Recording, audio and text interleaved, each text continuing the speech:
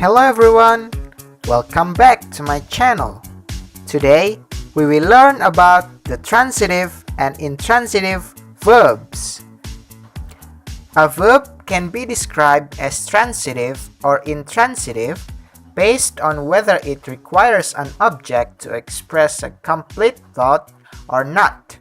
A transitive verb is one that only makes sense if it exerts its action on an object. An intransitive verb will make sense without one. Some verbs may be used both ways. The word transitive often makes people think of transit, which leads to the mistaken assumption that the terms transitive and intransitive are just fancy ways of describing action and non-action. But these terms have nothing to do with whether a verb is active or not. A better word to associate when you see transitive is transfer. A transitive verb needs to transfer its action to something or someone, in other words, an object. In essence, transitive means to affect something else. Once you have this concept committed to memory, spotting the difference between transitive and intransitive verbs is quite easy. Next, we will learn how to identify a transitive verb. Transitive verbs are not just verbs that can take an object. They demand objects. Without an object to affect, the sentence that a transitive verb inhabits will not seem complete. As for an example, please bring coffee.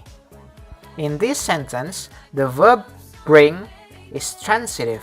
Its object is coffee, the thing that is being brought. Without an object of some kind, this verb cannot function well. Pay attention to this sentence. Please bring. Bring what? Or who? The question begs itself because the meaning of bring demands an object. Now here are some more examples of transitive verbs and their objects.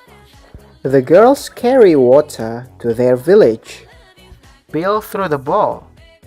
Could you phone the neighbors? I caught a cold. She loves rainbows.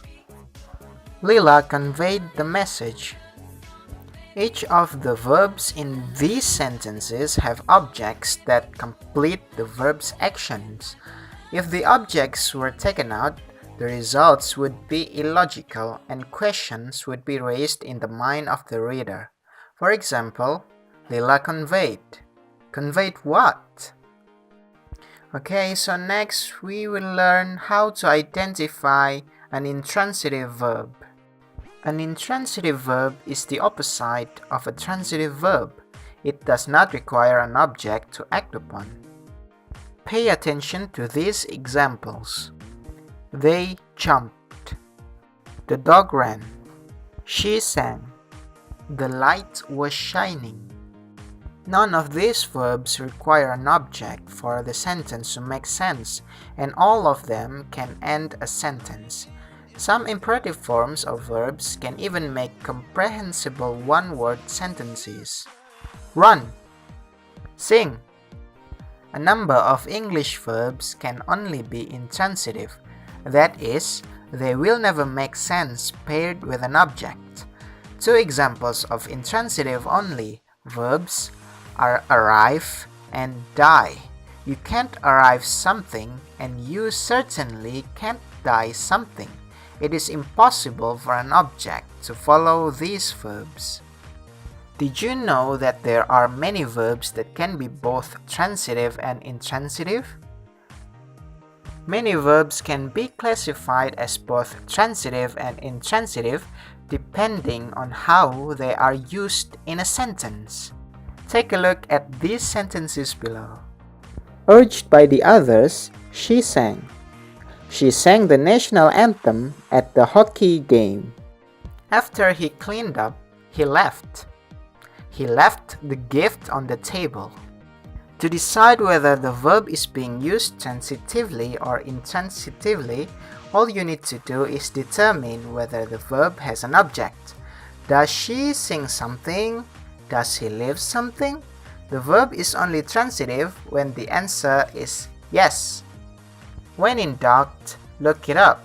In the dictionary, verbs will be listed as transitive, intransitive, or both right under the pronunciation key, and any possible differences in meaning between the two uses will be given as well.